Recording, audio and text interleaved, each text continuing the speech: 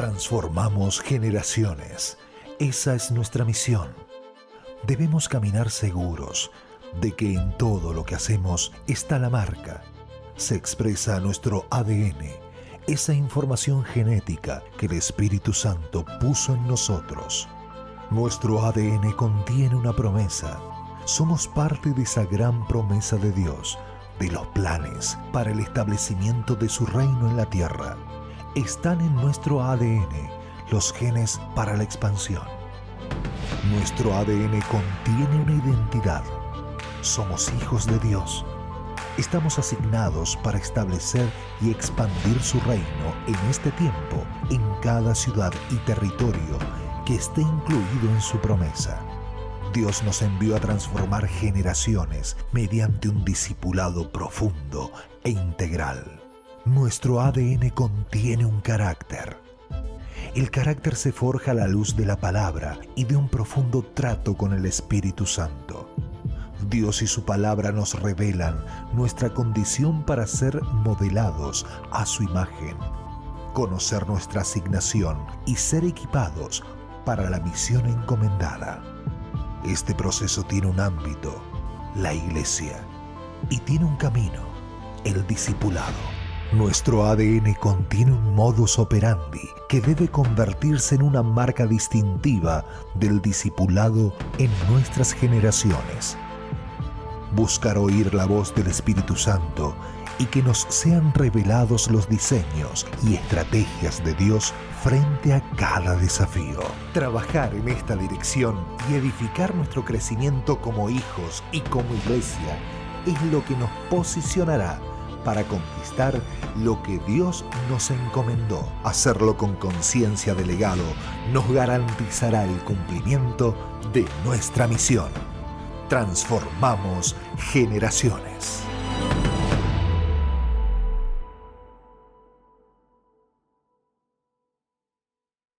Muy bien, bueno, vamos a recibir esta palabra entonces, que va a ir muy conectada, y evidentemente el Espíritu Santo hace esas cosas. Charlábamos con Carlos ahí en el break un ratito de cómo el Espíritu Santo, perdón, la tos no es COVID. Le aseguro que igual ya fue como que atraso, pero no es COVID, por las dudas lo aclaro. Charlábamos acerca de cómo el Espíritu Santo está moviendo este tema en todas las iglesias. En la obra y en general en el mundo. Creo que estamos cursando un mover de Dios que se ve en el pueblo de Dios, y ese mover de Dios tiene como característica, porque todo lo que llamamos avivamientos, despertar espiritual, un mover del Espíritu, tiene alguna característica particular. Lo que hizo los hermanos Wesley en el siglo XVIII tuvo una impronta muy montada sobre el concepto de la santidad, la santificación, el arrepentimiento y la transformación personal. El avivamiento en principios del siglo XX, muy marcado por la manifestación del Espíritu Santo, las lenguas, etc. Y cada avivamiento tiene su impronta. Obviamente que estas son todas cosas que uno espera todo el tiempo, pero creo que el que estamos transcurriendo va a tener como parte de su impronta particular el tema de la comunión, que es lo que recién la hermana aquí decía cuando estaba ministrando para que oremos unos por otros. El tema de la comunión. Así que hay un enorme desafío en desarrollar habilidades relacionales, cosa que nuestra cultura no estimula en lo más mínimo. De hecho, estimula todo lo contrario. Y yo creo que viene este tiempo, que estamos transitando este tiempo donde vamos a marcar una diferencia cuando le ofrezcamos al mundo aquello por lo que el mundo está clamando, que es comunidad. Vamos a leer Jeremías capítulo 15 y vamos a tomar ahí una historia de este profeta, de este hombre de Dios, que hoy vimos cómo Dios lo llamaba. Qué bueno que hayamos visto eso hoy a la mañana también. Jeremías 15, vamos a leer desde el 17 al 21. ¿Lo tienen ahí? Acompáñenme. Vamos a leer un par de pasajes de la Biblia hoy. ¿Les gusta leer la Biblia? Sí. Genial, porque igual lo íbamos a leer si no. Jeremías 15, 17, dice así: no me senté en la asamblea de los que se divierten, ni me regocijé. A causa de tu mano, solitario me senté, porque de indignación me llenaste. Porque es mi dolor perpetuo y mi herida incurable que rehúsa sanar. ¿Serás en verdad para mí como corriente engañosa, como aguas en las que no se puede confiar? Entonces dijo así el Señor: si vuelves, yo te restauraré. En mi presencia estarás. Si apartas lo precioso de lo vil, serás mi portavoz. Literal, serás como mi boca. Que se vuelvan ellos a ti, pero tú no te vuelvas a ellos. Y te pondré para este pueblo por muralla de bronce invencible. Lucharán contra ti, pero no te vencerán, porque yo estoy contigo para salvarte y librarte, declara el Señor. Te libraré de la mano de los malos y te redimiré de la garra de los violentos. Bueno, acá lo tenemos a Jeremías en otra crisis. Enfrenta varias crisis Jeremías y la verdad que hay que entenderlo. Le tocó un momento histórico muy complejo. De hecho, Dios lo manda a hablarle a un pueblo que no lo va a escuchar, pero él igual tiene que ser la voz de Dios para esa generación. Es la manera en que Dios actúa muchas veces en la historia. Así que Jeremías, que tiene un llamado, que hoy lo vimos, configurado en la mente del Dios eterno antes de que él pudiera siquiera pensarse o tener conciencia de sí mismo. Un llamado que fue diseñado en la eternidad para que él caminara y disfrutara, ¿no?, en ese llamado. Y Jeremías llega a ocasiones como esta que estamos viendo acá, donde Jeremías ora, habla con Dios y le dice cosas como esta: no me senté en la asamblea de los que se divierten, ni me regocijé. Está hablando de las reuniones paganas, ¿sí?, de los rituales, orgías y demás que se hacían en las cumbres de las montañas en honor a los dioses paganos. Y Jeremías le está diciendo a Dios: mira, yo no fui a ninguna fiestita, yo no me alegré, no me divertí. O sea, a todos mis amigos salían de jarana, yo me quedé acá, A causa de tu mano, solitario me senté, porque me llenaste de indignación. Y le está diciendo a Dios algo como esto. O sea, a ver, Dios, yo no me corrompí en nada.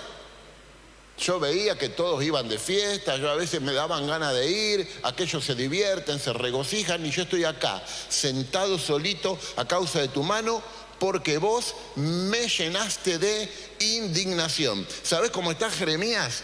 Frustrado porque el ministerio en el que él se mueve no lo recompensa y no lo gratifica como él quiere que lo recompense. Y se frustra y vive en esta situación de resentimiento. Va a decir cosas como esta. Miren la fe del profeta, ¿no? Estamos hablando de un profeta de Dios. Miren esta fe. ¿Por qué mi dolor es perpetuo y mi herida incurable? Amén. Que rehúsa sanar. Y después dice: ¿serás en verdad para mí como corriente engañosa, como aguas en las que no se puede confiar? Corriente engañosa. La idea aquí es que en este territorio a veces una lluvia abundante generaba caudales de agua, pero que se agotaban rápidamente porque era muy empinado, corrían muy rápido y ese caudal de agua se secaba. Entonces un viajero podía pasar, ver que había agua para él, para sus animales, volver por el mismo camino pensando que iba a haber agua y de repente no había más. O quizás está diciendo que esto también pasaba. Sentían el ruido del agua, se desviaban de su camino para poder beber y de repente no había más agua. Y para un viajero en esa época esto era un riesgo de perder la vida. Ahora, lo que le está diciendo Jeremías a Dios, vos sos como una corriente engañosa, es decir, vos sos puro ruido y cuando yo voy no hay nada. Bueno, hay que animarse a orar así, me parece. Pero acá Jeremías está siendo sincero y le está contando a Dios cómo se siente. Y hay mucho valor, hay más valor de hecho en esto que dibujar oraciones bien articuladas cuando nosotros ocultamos toda nuestra frustración y resentimiento. Tendemos a esconder nuestra frustración en alguna espiritualidad que después no nos sirve para nada, ¿no? Entonces el Señor le va a hablar a Jeremías y le dice, si vuelves, yo te restauraré. Y acá, permítame poner el acento en esta palabra, si vuelves. En hebreo esta palabra es shub, con B larga al final, shub. ¿Y qué significa shub?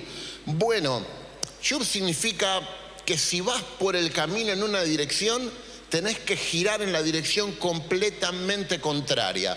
Sería algo como deshacer el camino, reorientarse, pero reorientarse por completo, en 180 grados.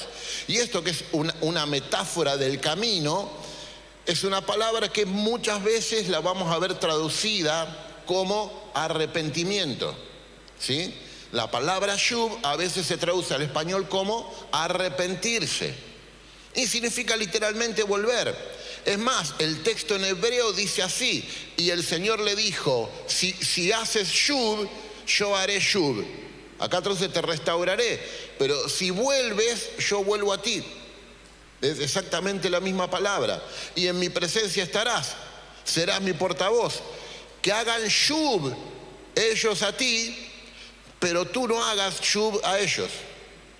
Lo que está diciendo Dios acá y lo que le está pidiendo a Jeremías, que se arrepienta. Y Jeremías es un profeta de Dios. Y nosotros pensamos que el arrepentimiento es algo que tiene que hacer algún pagano, un inmoral, un tipo que no entiende nada. Pero muchas veces nosotros en nuestro caminar con Dios somos llamados a hacer un arrepentimiento. Es decir, un shub, que es un giro completo en la manera en que estamos pensando. ¿Vos qué pensás de esto? Y yo pienso esto. Bueno, deberías pensar de manera absolutamente opuesta, contraria. Esto es hacer shub y esto es lo que Dios le pide a Jeremías. Bueno, pero en algo Jeremías tiene razón. Pero Dios le dice, no, Jeremías, estás viendo todo mal. Porque a veces una pequeña mentira puede contaminarlo todo. Ahora vamos a ir a eso. Pero acá hay un llamado al arrepentimiento. Shub. Jesús inicia su ministerio predicando esto. Arrepiéntanse porque el reino de los cielos se ha acercado. Arrepiéntanse.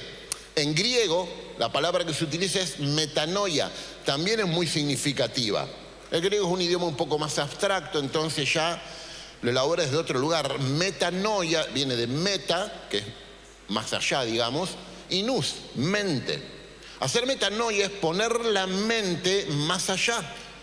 Es cambiar radicalmente la manera en que estamos pensando. Es pensar en los niveles en que Dios piensa, es alinear los pensamientos con los pensamientos de Dios. Para nuestra cultura, arrepentimiento es llorar por nuestros pecados. Pasamos al altar, te la mandaste se entiende, ¿no? Bueno, te la mandaste, entonces venía acá y llorás. Y uno dice, está arrepentido. Y no sabemos que tiene una culpa que lo está destrozando, pero no sabemos si está arrepentido. Porque el arrepentimiento no es la culpa es la señal, te la mandaste. Y cuando uno siente culpa,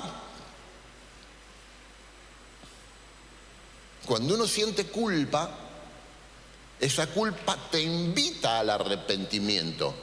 Pero el arrepentimiento es un proceso que no es tan fácil, porque implica dejar de pensar de la manera en que estabas pensando. No es simplemente poner empeño y no lo hagas más. Por eso fracasás y por eso el pecado te hace bolsa, te tira al piso, te cuenta hasta 20 y te tiene ahí. El pecado nos domina, se enseñorea de nosotros porque nosotros no entendemos el lenguaje profundo del arrepentimiento y porque la manera en que tratamos el pecado está completamente equivocada y tenemos que arrepentirnos de la manera en que lo tratamos. Tenemos que dar vuelta a la mente, es decir, no se pelea así la batalla con el pecado, no se pelea de esta manera. Y ahora te voy a decir de qué manera entendemos muchas veces nosotros que se pelean las batallas contra el pecado. Pero me quedo todavía un poquito en el concepto del arrepentimiento. Jeremías, volvé, ¿a dónde? A tu llamado. Vos sos un profeta. Volvé a ser como mi boca. Acordate que yo te pensé de antes. ¿Qué haces acá llorando? Tenés que volver, tenés que arrepentirte. Tenés que hacer metanoia. Probablemente hay un autor católico, escribió un libro, en ese libro hace una comparación muy interesante. Él dice que lo opuesto a la metanoia es la paranoia.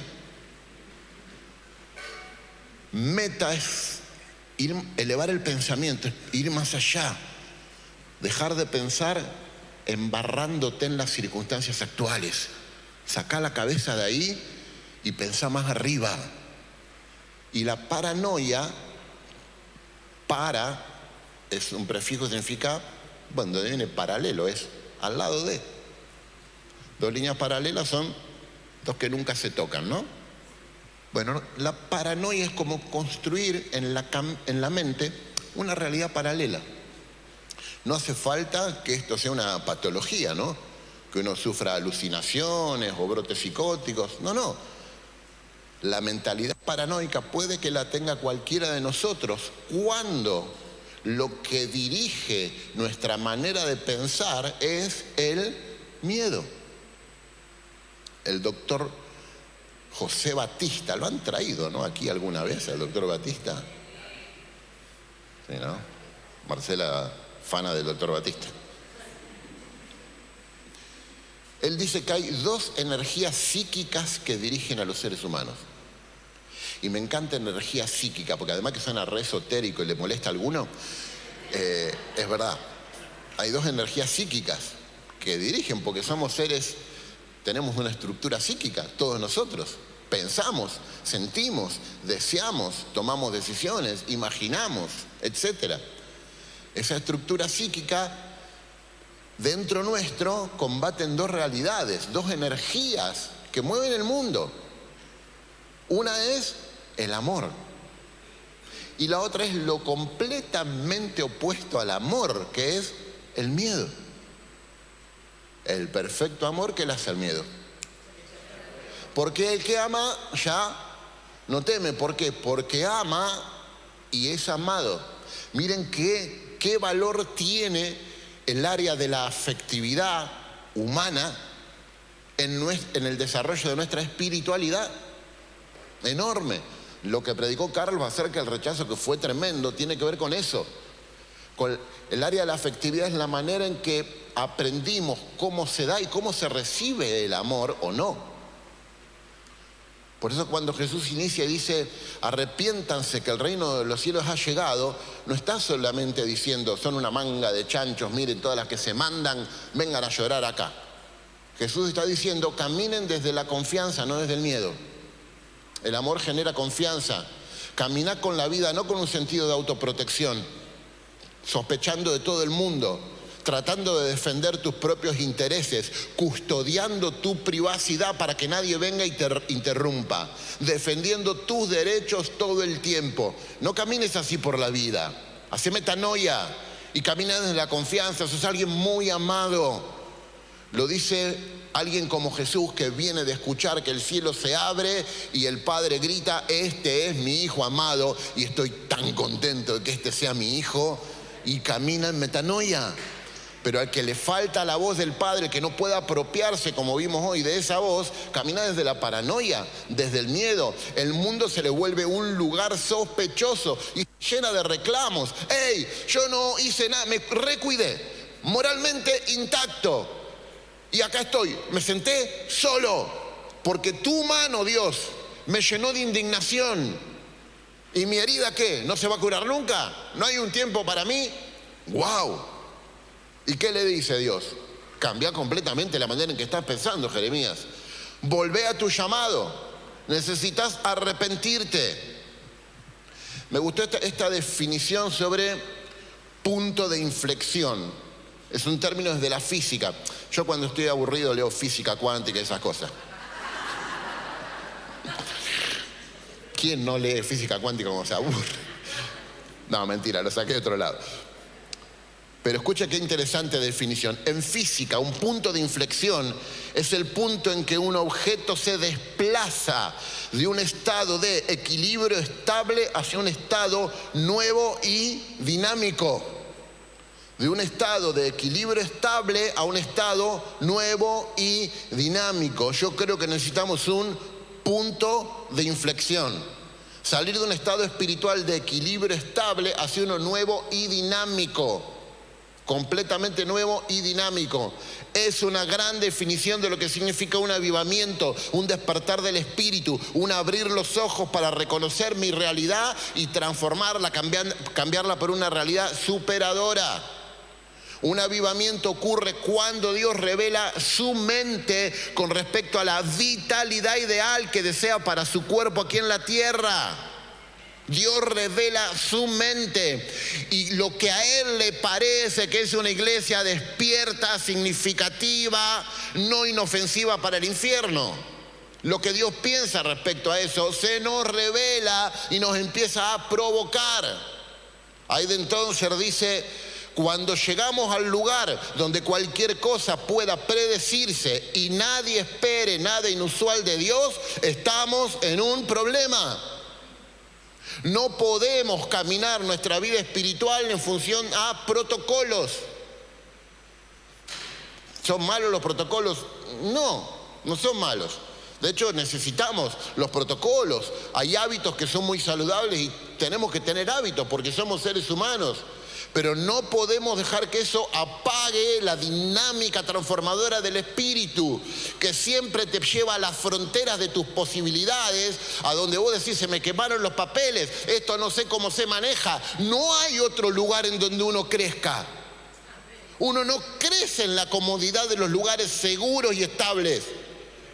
Y extrañamente aspiramos a eso, pero no estamos diseñados para eso. No nos pensó Dios para aspirar a lo seguro, para vivir con un barbijo lejos del otro. No nos diseñó para eso. Por eso eso tiene que pasar, y tiene que pasar rápido, y sobre todo tiene que pasar de acá, de dejar de pensar en simplemente custodiar tu seguridad. Porque fuiste diseñado para revelar, para expresar algo que te fue dado en el cielo, en este mundo. Eso es un llamado, una vocación. Y como aprendimos hoy, cuando no se nos revela esa vocación, y nos va a pasar lo de Jeremías. Solitario me senté. ¿Cuál fue la respuesta de Jeremías ante la frustración que se le presenta? Se calentó. No, se recalentó. Pará, loco, yo no fui a ninguna fiesta pagana. Pasaban los pibes por la puerta de mi casa y yo me quedaba porque yo soy evangélico. Y acá estoy, más solo que Kung Fu, sentado acá. Sentado solo, y tu mano pesa sobre mí. Y desde ese lugar reclama. Sean Smith dice: a menos que decida correr riesgos, nunca sabrá la unción que tiene dentro. Mucho menos va a desarrollarla. A menos que te pares adelante de Goliat, y hay que pararse ese día, nunca vas a saber qué fue lo que pasó en la casa de Isaí con lo que te hizo Samuel. ¿Cómo va a descubrir David realmente quién es?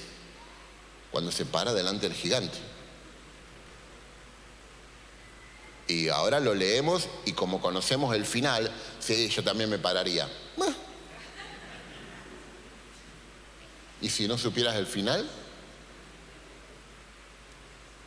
A menos que corras riesgos, nunca vas a saber qué significa ser un hijo de Dios.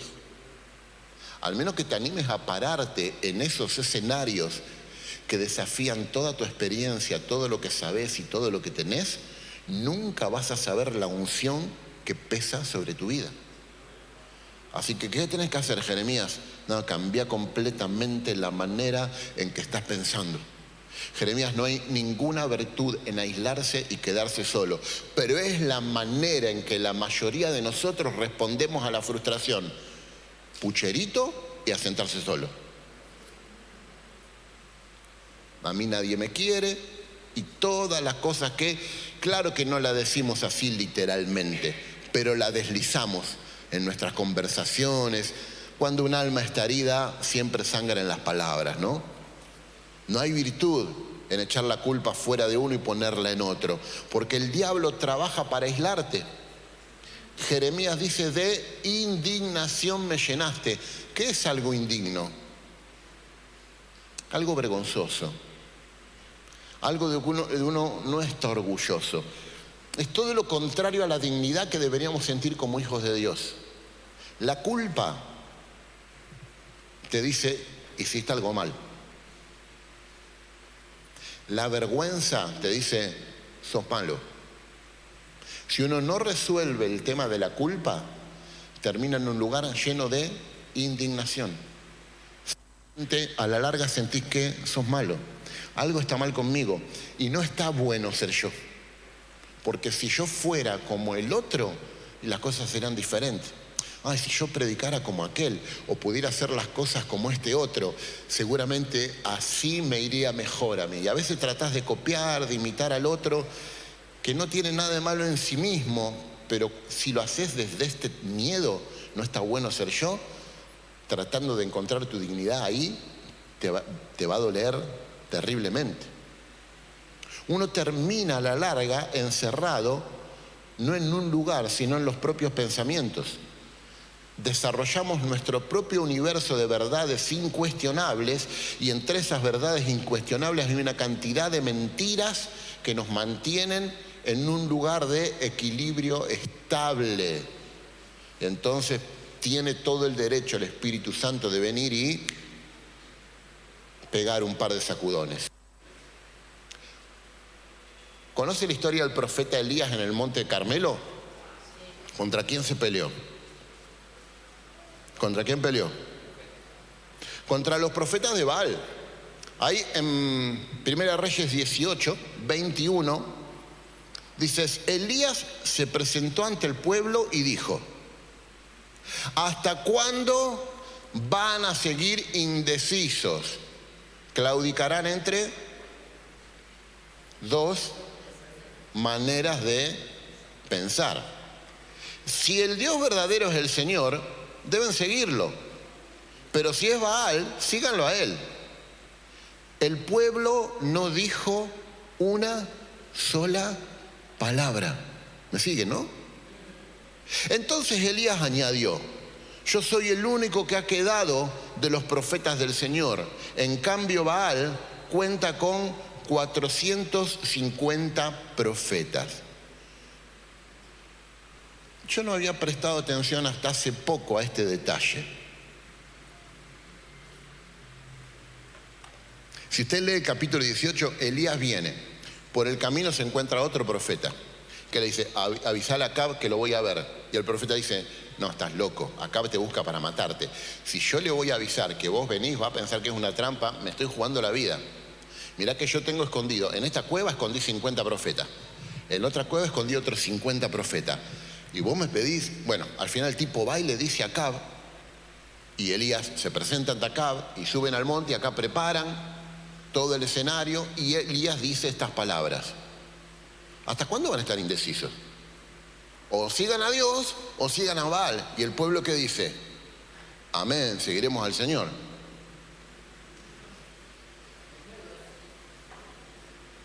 Y yo tengo la sensación, no lo dice el texto, que Elías se recalentó. No dice nada. Y automáticamente dice esto, yo solo he quedado de los profetas del Señor y Baal tiene 450. 450 contra mí. No importa, yo voy a pelear, aunque soy el único que quedó. ¿Era verdad que era el único que quedó? 50 en una cueva, 50, o sea, ni contó. No importa. Él piensa que es el único que quedó de los profetas de Baal. Usted sabe cómo sigue la historia de Elías. Mata, Dios hace bajar fuego, mata a los profetas de Baal. Y en el capítulo 19 dice que Acab le contó a Jezabel todo lo que Elías había hecho y cómo había matado a todos los profetas a filo de espada. Y Jezabel envió un mensajero a Elías para decirle que los dioses me castiguen sin piedad si mañana a esta hora no te he quitado la vida como tú se la quitaste a ellos. Elías se asustó. Literal dice, vio sus amenazas, es decir, le prestó atención a las palabras de Jezabel. Y huyó para ponerse a salvo. Cuando llegó a Berseba de Judá, dejó allí a su criado. En toda la historia del profeta Elías, solamente en el capítulo 18, cuando él va a orar, y acá se lo menciona al criado. A diferencia de Eliseo, que lo llevaba a todos lados, Elías, ¿saben cómo que le gustaba andar? Solo. Y ahora que se asustó, va hasta Berseba y ahí deja al criado. Y caminó todo un día por el desierto. Llegó a donde había un arbusto. Se sentó a su sombra con ganas de morirse. Estoy harto, Señor, protestó, quítame la vida, no soy mejor que mis antepasados. Y luego se acostó y se quedó dormido. Es para predicar de la depresión, pero es un esquema real de cómo uno entra en situaciones de depresión. Cuando entra en un camino del aislamiento a partir de mentiras que elige creer. Elías, igual que Jeremías, soy el único. No sos el único. Y usted sabe cómo sigue. ¿A dónde termina Elías? En una cueva. Y Dios viene y le dice, ¿qué le pregunta a Dios? ¿Qué haces acá? ¿Qué pregunta, eh? Hoy en el taller, cuando Adán y Eva se la mandan, se aparece Dios y ¿qué le pregunta Dios a Adán? ¿Qué hiciste?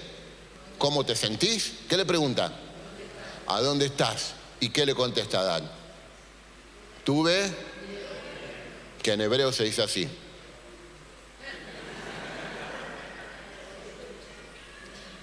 Y me escondí.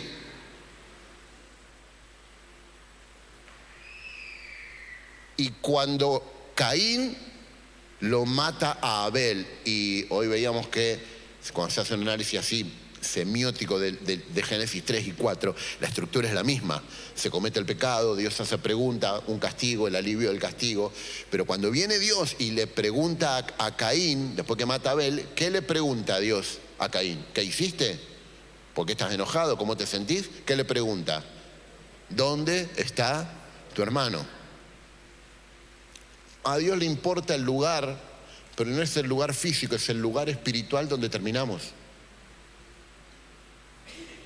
Y en Génesis 3 es ¿dónde estás vos? Y en Génesis 4 es ¿dónde está tu hermano? Para Dios es la misma pregunta. No hay ninguna diferencia. Conocemos la respuesta de Caín. ¿Qué tengo que andar yo cuidando a mi hermano? ¿Sí? No, pará, tampoco. Apenas puedo con mi vida. Pero tenés que cuidarlo. Fíjate cómo una pequeña mentira los condena al aislamiento. Y muchas veces nosotros vivimos en mentiras que elegimos creer. Y no nos damos cuenta. Todos nosotros pensamos dentro de los marcos conceptuales de una determinada cultura, de nuestro país, de nuestra familia, de nuestras iglesias. No todo en nuestras culturas es tan sano. Hay muchas cosas que yo creo que el Señor las está rompiendo en este tiempo. Yo con Dios necesitamos una íntima relación personal con Dios. Amén, ¿no? Eso es cierto. Pero vos podés leer eso de una manera un poco equivocada y hacer una interpretación equivocada y entender que una relación personal es una relación individual. Y no hay ningún lugar en la Biblia que diga que se puede tener ese tipo de vínculo porque Dios no lo acepta.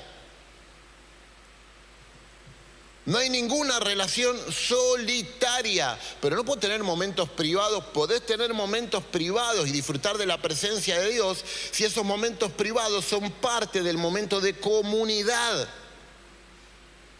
Pero de pensar que yo puedo estar bien con Dios, pero a mi hermano no me lo banco, la Biblia dice algo de eso.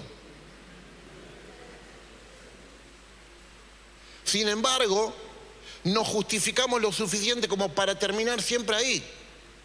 Una relación personal con Dios no es una relación privada, es personal. La diferencia entre persona e individuo es fundamental. Un individuo es una cosa aislada, pero una persona es alguien que es capaz de conectar con el otro. Y el otro es una necesidad, no una opción. Una necesidad que tengo. Una relación personal con Dios siempre se da en un contexto de comunidad. No podés, es mentira, no podés tener una relación personal.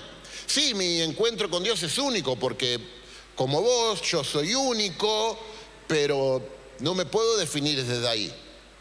Nosotros no podemos definir nuestro ADN solo como individuos. Está mal.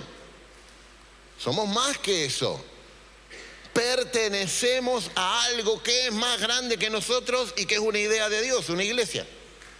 Es una comunidad. Y si Dios se va a mover, esta capacidad de vincularnos y de ser, con todo lo que implica ser y hacer iglesia, tiene que empezar a ser un poco más importante de lo que lo hemos hecho.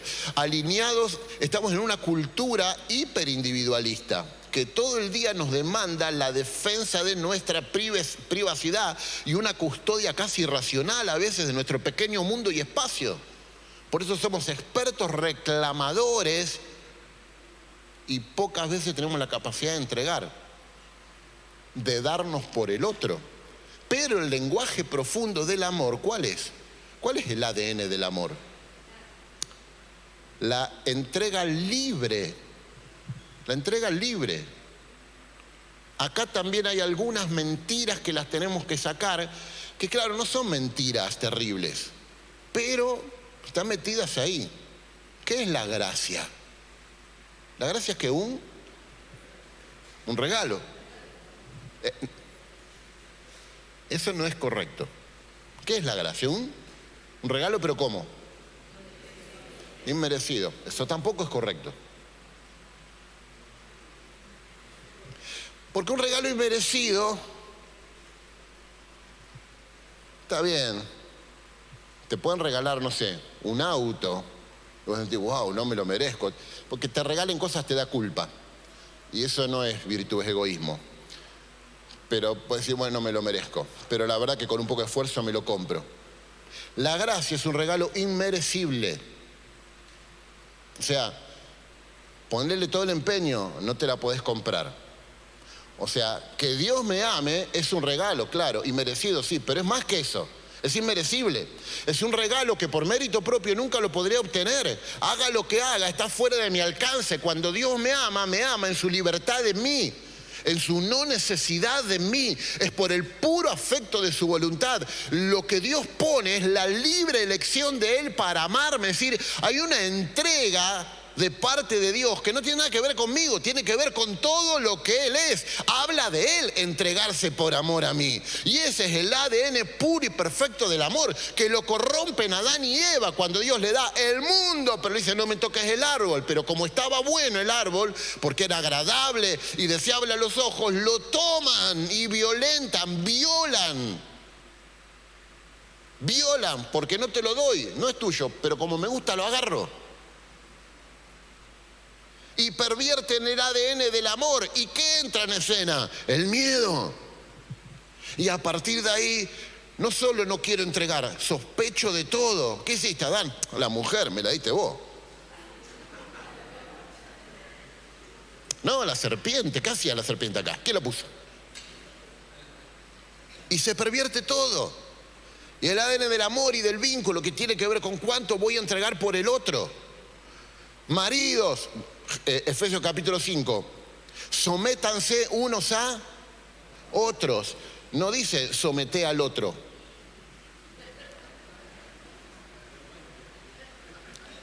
sometan a los demás. No. Sométanse ustedes al otro. Cuando uno sabe quién es, no se le caen las medias para someterse al otro. Si yo me tengo que humillar para que al otro le vaya bien, Jesús me dice, háganlo. Ese es un lenguaje hermoso, es el amor. Sométanse unos a otros. Y después viene el que a nosotros nos causa tanta dificultad. Mujeres, sométanse a sus... Que no dice maridos sometan a las mujeres. ¿Se entiende la diferencia? Y a los maridos, ¿qué les dice? Amén. Y uno dice, injusto, injusticia. Mujeres, sométanse, y los maridos, amén. Pero ¿cómo amén? Como Cristo amó a la iglesia. ¿Y cómo amó Cristo a la iglesia? Campeón, ¿darías tu vida por ella?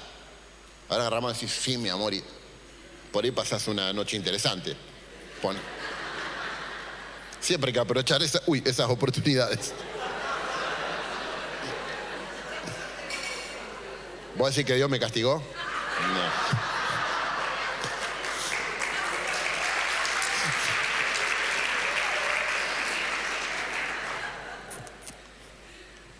Amen a sus mujeres. Hoy contamos esto, está el caballero con su armadura reluciente, el caballo, la lanza, la espada, y está la dama en la torre, y el caballero dice, voy por esa mujer, es preciosa, voy a rescatarla de su encierro. Y se sube el caballo y de la cueva sale un dragón enorme, y el caballero dice, no, déjate de joder, me busco otra que no tenga dragones. Claro. Pero nos estamos acostumbrando a ese amor superficial, mentiroso, que lo único que piensa es en que tenés miedo de sangrar. ¿Y sabes qué? Si no matás dragones, nunca sabés de qué estás hecho. ¿Para qué es esta fuerza? ¿Para abrir tarrito de mermelada en casa? ¿Para qué es esta fuerza? ¿Para qué es? No tengo idea, porque cada vez que aparece un dragón te escondes. ¿Y dónde estás? Y estoy solo. ¿Por qué será que no encuentro a mi pareja? ¿Por qué me cuesta tener amigos? Y porque a lo mejor tengo una manera de pensar donde siempre justifico, como Jeremías, mi aislamiento. ¿Y por qué te sentaste solo? A causa de tu mano, Dios. Y me llené de indignación. No está bueno ni ser yo, ni el llamado que tengo, ni el ministerio que me diste. ¿Por qué no estoy siendo recompensado? No me gratifica como a mí me gustaría que me gratifique. Y se enoja. Y esto nos pasa mucho más seguido de lo que queremos a veces confesar. Pero esa mentira de que mi relación es personal, mi relación es comunidad. Mi identidad es comunitaria, no es individual. Es mi ADN, es nuestro ADN. Somos del mismo reino, del mismo linaje escogido en el cielo y compartimos el mismo Padre. Somos un ADN. Nos engañamos cuando creemos esto que te decía recién. ¿Por qué el pecado te agarra a las trompadas, te pone de espalda, te cuenta hasta 3, hasta 5, hasta 25 y te deja ahí en la lona? Y vos no podés dominarlo. ¿Por qué siempre terminás viendo esas páginas que no tenés que ver o conectándote en internet a lugares que vos sabés que te degradan, que te hacen sentir una porquería y después que lo haces le pedís perdón a Dios y vas y volvés a hacerlo? ¿Por qué cometés una vez ese error y lo volvés a cometer y vas y le pedís perdón a Dios para limpiar la culpa, pero después volvés a hacerlo? Porque a nosotros nos vendieron que nuestra relación con Dios, como es personal, no hay mediador entre Dios y los hombres, sino solo Jesucristo. Que sí, que si yo cometo un pecado, no se lo tengo que confesar a ningún hombre, con orgullo lo decimos. Se lo tengo que confesar a Dios que me escucha. Bueno, y el pecado te mata a trompadas, porque estás creyendo algo que es una mentira. ¿Dónde está eso? Santiago dice, confiesen sus ofensas unos a otros. ¿Por qué? Porque la oración eficaz del justo puede mucho. Separamos los versículos como más nos conviene. La oración eficaz del justo puede mucho. Y sí, voy a orar más. No, campeón. Confesás tus ofensas. Y cuando esa persona ora por vos, Dios obra. Porque ¿sabés cómo obra Dios? Usa gente. Y muchas veces usa la gente que a vos no te gusta, sí, para embromarte. Sí, sí. ¿En serio? ¿En serio? Una hermana me decía, me adornaba, ¿no? Me decía, ay, cuando vos predicás, yo siento que Dios me habla. La única vez que Dios me habla es cuando vos predicás, me dice. Y uno tiende a decir,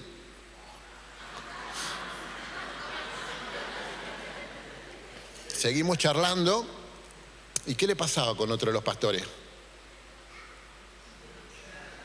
Ah, con razón no lo escuchás.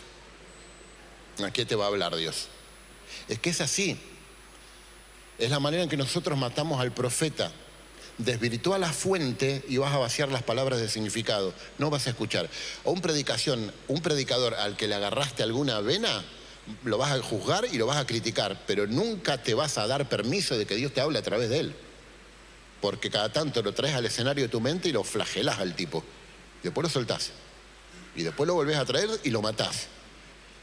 Matás al profeta y entonces Dios no te habla más. Porque Dios habla a través de gente. Y cuando nosotros no nos animamos a confesar nuestros pecados, acá hay algo a lo mejor de nuestra actitud anticatólica a veces, que es un error. Como el católico tiene el confesionario, nosotros a veces pensamos, no, porque el confesionario, miren, podemos, de hecho no estamos de acuerdo en otorgar penitencias como castigo para purgar los pecados, porque eso va contra la gracia, pero no sé si es tanto como nosotros pensamos. Ahora, confesarle nuestros pecados a alguien que consideramos justo, a un líder espiritual, a un pastor, a un hermano, eso es bíblico, es sano y es lo correcto, es valorar el cuerpo. Lo otro es una mentira y por eso no le podés ganar a esa cosa. Porque ¿sabes qué? Te morís de vergüenza de venir a decir, che, soy un tarado. Todo el tiempo estoy consumiendo estas porquerías sexuales en internet que después me siento una miseria. Pero cada vez, cuando me enojo, lo hago. Cuando estoy cansado, lo hago. Y cuando ya me acostumbré tanto a hacerlo, que sabían que es una adicción eso, ¿no?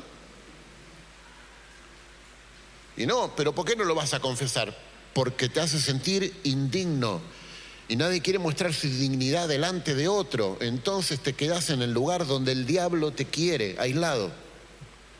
Mentiras que elegimos creer.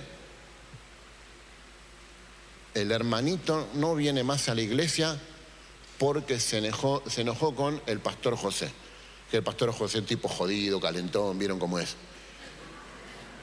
Perdón, estabas acá, no te había visto. Se enoja el hermanito porque pasó y el pastor José no lo saludó ese día. No voy más a la iglesia porque ahí son todos unos hipócritas, como todos. José es el único hipócrita en todo caso. Bueno, sí, no voy por él. Pero nuestro consejo es este. Mirá, no vamos a la iglesia por los hombres, vamos por el Señor. ¿Ves que lo tenés metido? Amén, minga. No, vamos por el Señor. Bueno, quédate en tu casa con el Señor. A la iglesia vamos por el Señor, vamos por el Señor. Y voy por el hermano. Entonces, ¿tú viste un problema con el hermano? Deja que se venga y se siente. No le podemos prohibir la entrada a nadie. Vos venís a adorar a Dios. O sea, desconectá del hermano y conectá con Dios, le estamos diciendo. Y yo entiendo que en el fondo lo que queremos decir, mirá, estamos todos medio enfermitos acá. Y todos nos equivocamos y cometemos errores. Ninguno en definitiva es todo lo que debe ser, pero vos venís y buscá a Dios. Y bueno, por ahí, pero está mal dicho por donde lo mires. Vení y perdonalo al hermano. Si realmente te ofendió, pero pará, vamos a charlar con el hermano a ver si te ofendió o vos sos muy ofendible. Y te ofendés muy rápido por todo y a lo mejor hay una herida que tenés que resolver. Pero vamos a resolver el vínculo y vamos a valorar la comunidad. Vengo a la iglesia, yo vengo por Dios a la iglesia. Y todos los giles que se sientan ahí, no sé. No, venimos por otra cosa. Y empezamos a valorar las cosas que Dios valora. Si no, las mentiras te comen el corazón y todos pensamos dentro de un sistema de creencias que asumimos como verdad, como Elías, y a lo mejor eso no es verdad. No es tan así como yo pienso. Y en este tiempo la sociedad demanda ver eso en nosotros. La iglesia es una idea de Dios porque es la comunidad del Espíritu, encarna los valores del reino de Dios, tiene ese enorme desafío. El hermano no es todo lo que debería ser, mucho menos es todo lo que vos esperás que sea el hermano. Hay gente que tendría que tener una iglesia de clones. Entonces van y está otro vos y otro vos y otro vos. Mi iglesia sería un desastre, pero bueno, por ahí la tuya sería bárbara. Pero hay gente que es completamente diferente, que creció en otra cultura familiar, que viene de otro lado, que es de otra raza. Vivimos en una sociedad cada vez más multicultural, eso crea una enorme crisis de identidad y la iglesia está resolviendo eso en muchos lugares del mundo. En mayo estuvimos en España y vemos cómo las iglesias están creciendo de manera asombrosa algunas. Y es cada vez más multicultural el escenario, más multiétnico. Y ver cómo la iglesia abraza al extranjero, al que está solo, al indefenso, y le da un sentido de comunidad y de familia, y las iglesias están creciendo con ese ADN.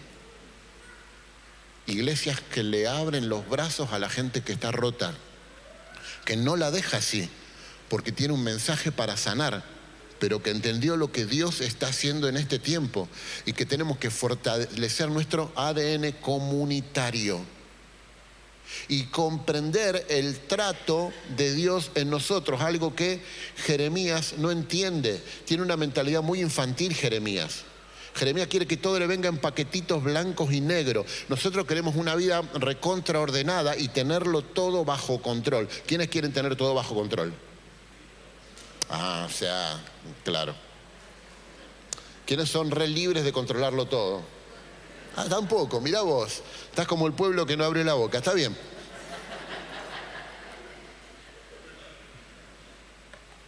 Queremos controlarlo todo, porque para que nuestro mundo no se desorganice, todos los paquetitos tienen que estar. Yo creo que el Espíritu Santo viene de noche y te desacomoda las cajitas. Entonces vos te pones loco. Y vos decís, esto no va acá.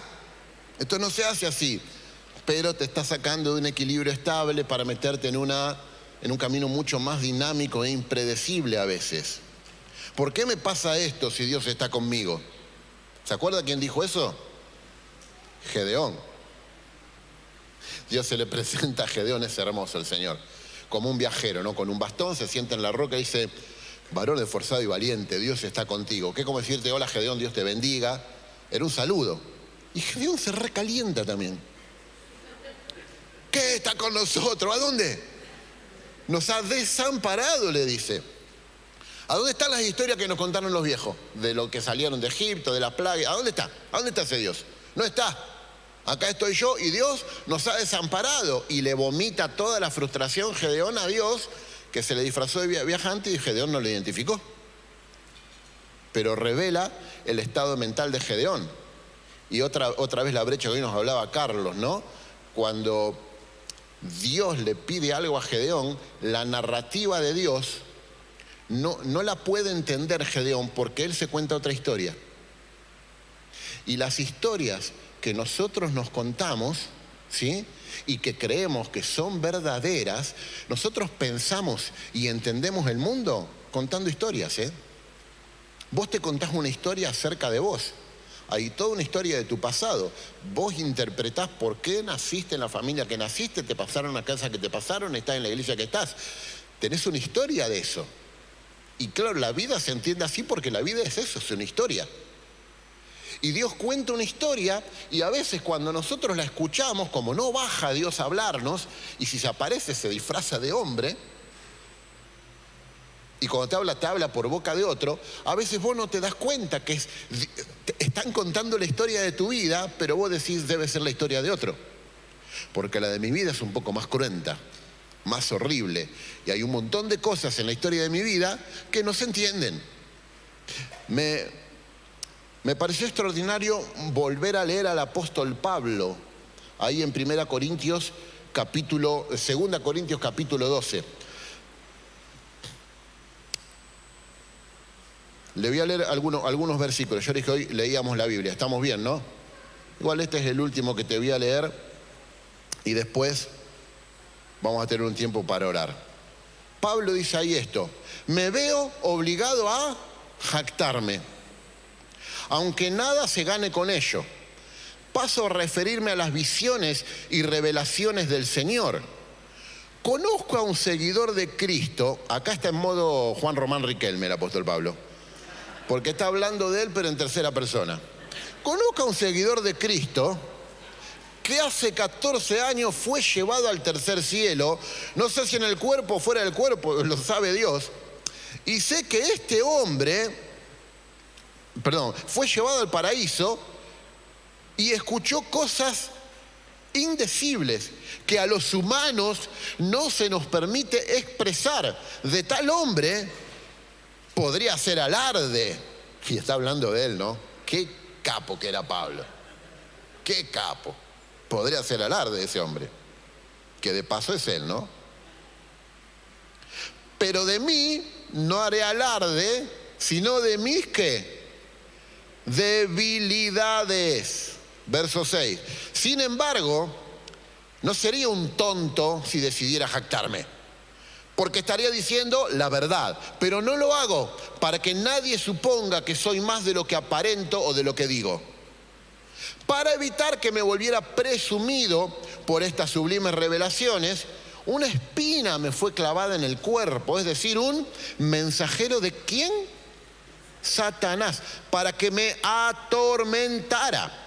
3 veces le rogué al Señor que me lo quitara, pero Él me dijo: te basta con mi gracia, pues mi poder se perfecciona en la debilidad.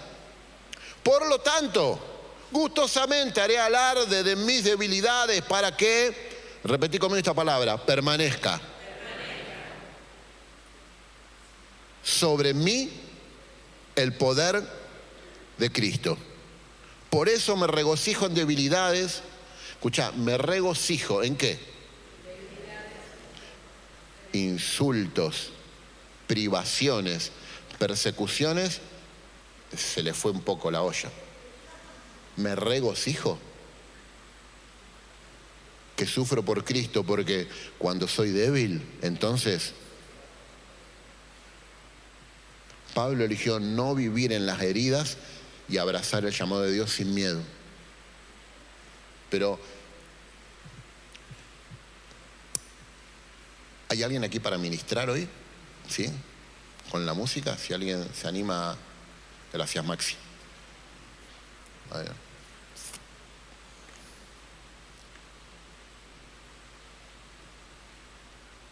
Pablo dice: el poder de Dios se perfecciona. Teleios, lo que dijo Jesús en la cruz, consumado es.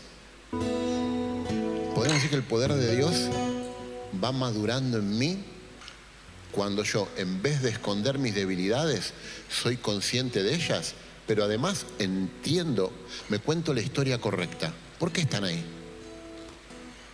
¿Por qué están ahí mis debilidades? Y empiezo a entenderlo. Porque muchas veces vos pensás así: si yo no fuera tan desorganizado con algunas cosas, si yo fuera un poquito más, yo podría servir mejor al Señor. Ay, si Dios me diera esto, yo rendiría mucho más en mi ministerio. Entonces nos contamos una historia que no tiene nada que ver con lo que Dios cuenta. Y Pablo entendió esto. Yo le pedí 3 veces a Dios que Él me quite, no dice la Biblia qué tipo de enfermedades, si en los ojos, podemos especular, no dice. Lo que sí dice es que la llama aguijón, mensajero del diablo y tormento. No era una uña encarnada, era un tormento, una enfermedad que lo atormenta. Y yo en el lugar de Pablo digo: Señor, usted vio todo lo que hizo Pablo por el avance del Evangelio. Yo le he dicho: Dios, sacame esto. Y explota esto. Si vos me sacás esta enfermedad, esto explota. Y Dios le dice, ¿qué de respuesta le da? Bástate, ¿qué cosa? Porque ¿cuánto te salió a vos la gracia? No, no es gratis. Otra, no lo digas más eso. A alguien le costó la sangre. Así que no es gratis. Pero te la dieron porque es inmerecible y está viviendo ahí. No sé. Así que, ¿no te alcanza? ¿No te alcanza? Y Pablo llega a entender esto que yo no me había percatado. Él logra discernir que el aguijón en la carne, Dios se lo deja, y él sabe por qué se lo deja.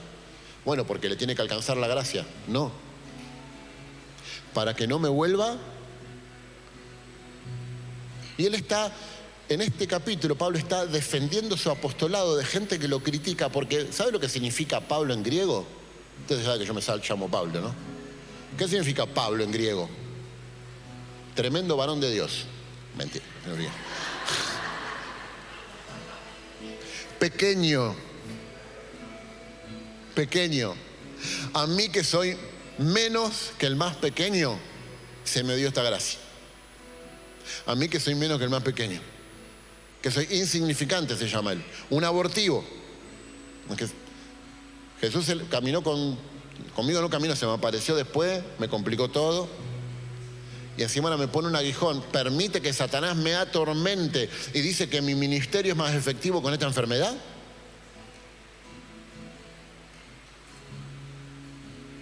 Ok, Pablo se podría haber sentado solo y haberle dicho a Dios, escúchame, yo no fui a ninguna fiesta para ir a predicar el evangelio. Me tiraron piedrazos, naufragué, todo lo que dice, le da el capítulo 11 después. Y acá estoy, y mirá, todavía tengo esto que me atormenta. ¿Sabes qué? Si no me lo sacás, nunca me olvido el chico que me vino a pedir oración y me dijo, pastor, yo tengo esto. La verdad, ayer oré y le dije, Señor, si vos no arreglás esto, yo me aparto. Wow, digo, lo reapretaste al Señor, debe estar asustadísimo.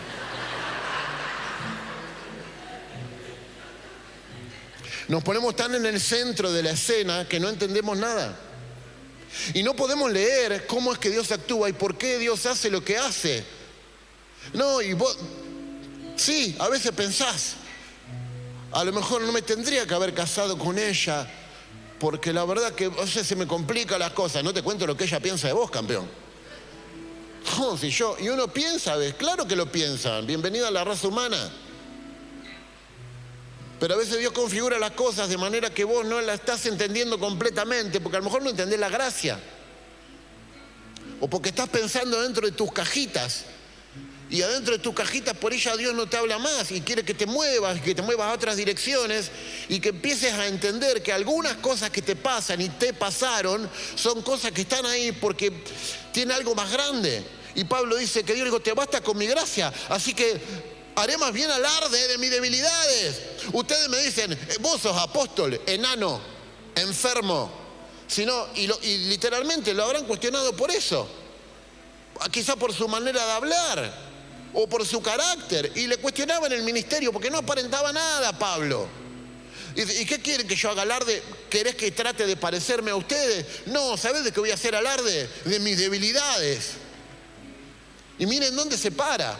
Porque me alcanza mi gracia. Haré alarde de mis debilidades. ¿Para qué? ¿Para qué? ¿Para qué? Episkenose. Decía episkenose, a ver si te sale. Ahora decilo sin escupir al de al lado. Episkenose. Significa armar una carpa. Skenose significa sombra en griego. Episkenose es armar una sombra, armar una carpa. Y es una referencia al tabernáculo de reunión donde bajaba la gloria de Dios. Haré más bien hablar de mis debilidades porque ahí en esas cosas que a mí no me gustan, que no me cierran de mi historia y de mis pasados, cuando entiendo la historia de Dios conmigo, cuando entiendo la narrativa de Dios y hago lugar en mi sistema de creencias para empezar a creer cosas tan básicas como que Dios ama a alguien como yo, que probablemente vos te despreciás. Pero cuando empiezo a creer que Dios ama a alguien como yo, la sombra de Dios viene sobre mí. Y Dios arma la carpa para permanecer, habitar, quedarse a vivir en mis debilidades, que tiene que estar ahí porque configura algo que tiene que ver con mi ministerio. Me hubiera encantado que no me pase esto en el pasado, pero Dios está usando eso para sacar a la gente de lugares como vos estuviste en el pasado. Eso se llama redimir una historia. La historia no se borra, se repiensa con los lentes de Cristo y encaja. Todo encaja. Si no, vas a pensar con los discursos equivocados, con las narrativas equivocadas. Va María el domingo a la mañana a la tumba de Jesús, Juan 20. Y ve que la piedra está movida. ¿Y qué dice María? Ha resucitado. No dices. ¿Qué dice? Se choreó en el cuerpo. Se choreó en el cuerpo. Y sale corriendo. ¿Y qué le dice a los discípulos? Se han llevado el cuerpo de nuestro Señor. Y Juan y Pedro salen corriendo. Pedro había comido empanada de mondongo la noche anterior, llegó después. Juan dice que se asoma pero no entra. Y Pedro llega después pero va más adentro y ve que alguien hizo la cama. O sea, si se roban el cuerpo, esto no le cierra a Pedro. Y la Biblia dice que creyeron pero todavía no entendieron. Se puede creer pero no entender. Y creo en Dios. Y Dios va a hacer algo conmigo. Dios va a hacer algo conmigo es un nivel de percepción. Pero tenés que pasar, decí conmigo, percepción. Al, decí, discernimiento. ¿Qué es discernir? Entender. ¿Quién te dijo que no puedes entender? Todo, no. Pero hay cosas que sí puedes entender y necesitas entenderla ya. Porque ya deberías entenderla. Pero estás como Jeremías encaprichado y no la querés entender. Necesitas entenderla. ¿Por qué esto es así? María ve la señal. La ve, la percibe, pero no la puede discernir. No dice resucitó, dice se lo robaron. ¿Por qué? Porque eso habían andado diciendo los fariseos. Hey, romanos, pongan custodio, porque los discípulos estuvieron diciendo que te iba a resucitar. Seguro que se chorean el cuerpo y dicen que resucitó. Miren qué perverso. Y María está atada a ese discurso social y no puede pensar a fuerza de esos conceptos, afuera de esa caja, de esos marcos conceptuales que le dice la mentira que le sembraron los fariseos en el corazón. Y que para ella tiene más fuerza que lo que alguna vez le dijo Jesús, que al tercer día se iba a levantar.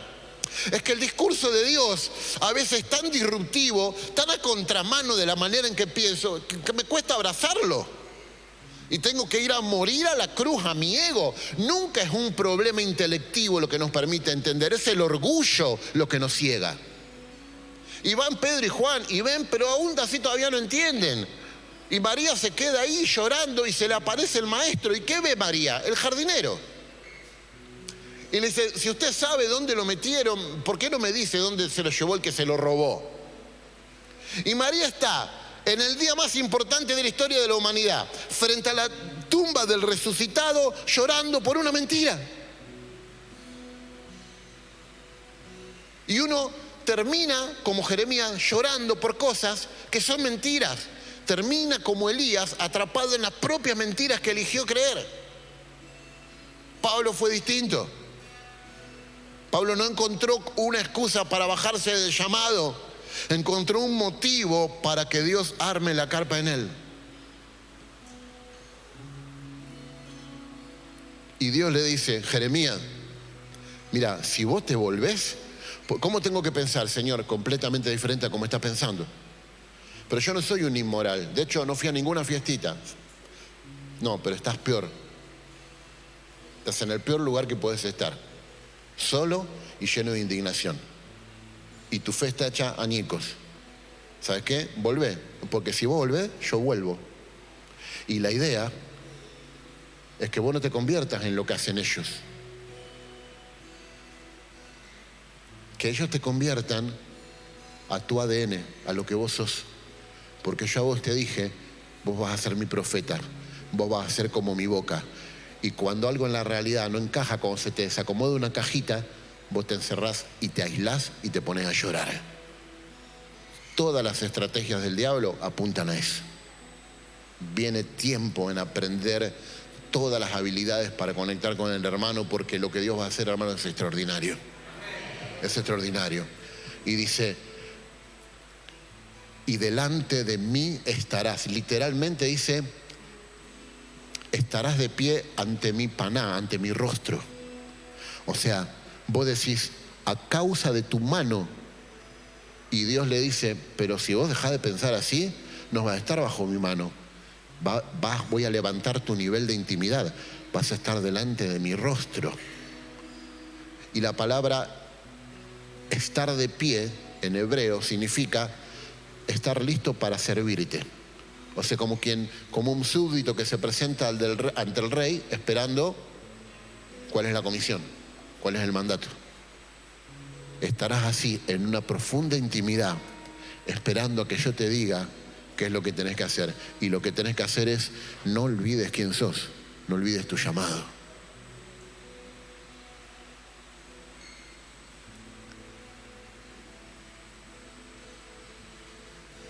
Salve, muy favorecida, el Señor es contigo.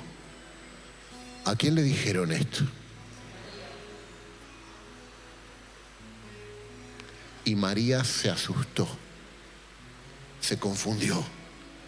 Se le apareció un ángel en la casa y no le asustó el ángel, le asustó el mensaje, que también era un saludo.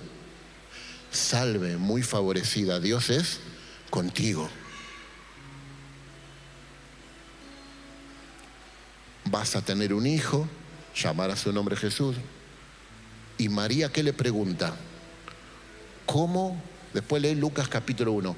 ¿Cómo podrá ser esto si yo soy virgen?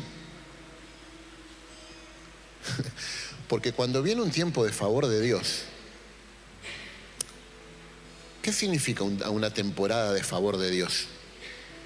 La palabra ahí es charis, gracia. Un tiempo donde Dios va a manifestar su gracia y su favor. Un tiempo donde todo va a ir re lindo. María, ¿vas a quedar embarazada? Sí, ¿cómo le explicaría esto a José? O sea, a mis viejos, a la gente, explícame, ¿a dónde está la idea del favor en esto? Bueno, y cuando el nene tiene 2 años lo van a querer matar y van a tener que ir a Egipto. Pero vos me dijiste muy favorecida. Cuando viene una temporada de favor de Dios, vienen un montón de problemas para que el favor se manifieste. No viene libre de problemas, es al revés. Salve, pero ¿por qué voy a este pasaje? Muy favorecida, Dios es contigo. ¿Cómo podrá hacer esto? Y el ángel le dice esto: mirá, el Espíritu Santo vendrá sobre ti y el poder del Altísimo, es que no sé, vendrá a armar el tabernáculo, vendrá con su sombra. Y literal el texto dice esto, algunos traducen el niño santo, el niño que dice Tohagion, lo santo que nacerá. Será una bendición para esta generación y para todas. Ahora quiero terminar acá. María, ¿nunca te preguntaste o Dios te dio una promesa? ¿Vos estás esperando cosas mejores de parte de Dios en tu vida? Amén, ¿no? Y no te preguntaste cómo será esto. Entonces nuestra tendencia es que especulamos. Abrimos laberintos en nuestra mente y decimos, bueno, ahora Dios va a hacer que venga tal, fulano me va a dar una ofrenda, seguro. Tal me va... Y vos empezás a armar el esquema de cómo Dios tiene que actuar. Eso, ¿sabes cómo se llama? Querer controlarlo todo. No, por si no habías levantado la mano. Ansiedad. Y la fe no crece en el laberinto de nuestra mente, no sé, sin partida. Pero ¿y cómo será esto? Mirá, la sombra de Dios. ¿Y qué es la sombra? Es interesante el concepto de la sombra de Dios. Es Dios cuando viene y se le presenta a Moisés y le habla desde la oscuridad. Es el Dios que es misterio enorme. ¿En qué cajita de mi estantería entra Dios? No, en ninguna. Vos entraste en la cajita de Dios, campeón. No, mira, dale un lugar a Dios en tu agenda. Los domingos son del Señor. y el 10% de tu economía. No. Dios te dio un lugar en su agenda en la historia y te hace protagonista. Dios te dio un espacio adentro de Él. Entonces cuando viene la sombra, viene el misterio, el que es más grande que todo lo que podemos creer.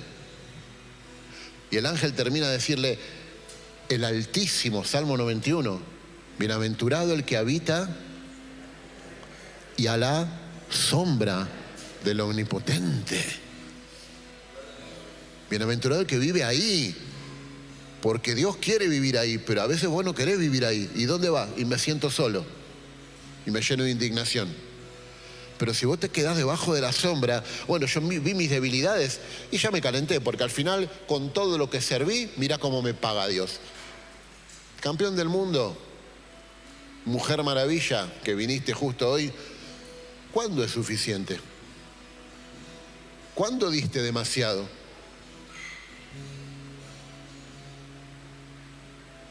¿Cuándo se terminó el llamado? ¿Cuándo dijiste hasta acá? ¿A dónde te sentó la pandemia a vos? Sé sincero.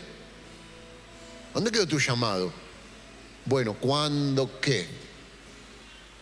Porque Dios lo tiene configurado así, con ese aguijón ahí. Y cuando entiendas que eso está ahí, para que se haga perfecta la sombra de Dios sobre tu vida, te vas a dar cuenta que la sombra de Dios viene en misterio, aún sobre todo lo que no entendés de Dios, para gestar adentro tuyo algo que es santo. Porque le dice el ángel, ¿habrá algo imposible? Literal, ninguna cosa. La palabra cosa es rema, que significa palabra. Y algunas versiones lo traducen así. ¿Alguna palabra le será imposible a Dios? Algo que Dios te dijo no lo podrá cumplir, pero en nuestra mente, que la de ustedes no, pero de mucha gente lo quiere controlar todo, nosotros cuando enfrentamos una dificultad pensamos cómo la arreglamos, y cuando hicimos todo y no nos sale, Dios. Esto que ahora cuando ya es imposible, Dios. Pero cuando vive en la sombra de Dios, el primer pensamiento son las posibilidades de Dios. Y para Dios no hay nada imposible. Así que ahora te invito a cerrar tus ojos.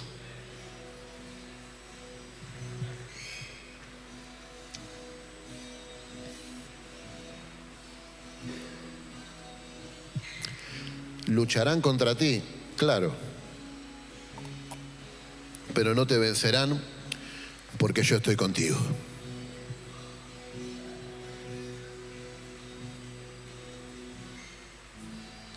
Te tenés que contar la historia correcta y salir de todas las mentiras que elegiste creer. Tenés que reconocer la herida que está ahí y elegir no vivir en ella, y entender que hay cosas que pasan fuera de tu agenda, pero que quizás tienen que ver con la agenda de Dios y tienen un propósito formativo. Dios siempre te va a tratar. Siempre te va a tratar. Pero quiero decirte esto también en esta noche. Y esta es una palabra que Dios me la dio para la iglesia, pastores, y la voy a decir con el mayor de los respetos. Va a venir la sombra de Dios. Por lo que viene de acá para adelante lo supera más de lo que usted piensa que lo supera. Y puede ser tan grande que asuste. Pero la sombra de Dios va a venir sobre ustedes y van a parir lo santo que está en la cabeza de Dios para esta ciudad. Lo van a empezar a parir. Va a venir un tiempo donde ustedes van a tener que animarse a entrar en el misterio de Dios, que es muy grande. Y cuando Génesis 1, el Espíritu aletea, hace sombra, los salmos hablan de la sombra de las alas, son un lugar de gestación. Bezalel, que era el artesano que junto con Aholiab estaba lleno del Espíritu Santo y de toda arte y creatividad. Bezalel en hebreo, ¿sabes qué significa? La sombra de Dios. Y Aholiab, padre de la tienda, del tabernáculo. ¿Ven lo que nos dice ahí la Biblia? Y dice Dios, a esta gente le dio una capacidad generativa, pueden engendrar cosas. ¿Qué? ¿Y qué tiene que hacer? El tabernáculo, ¿qué más?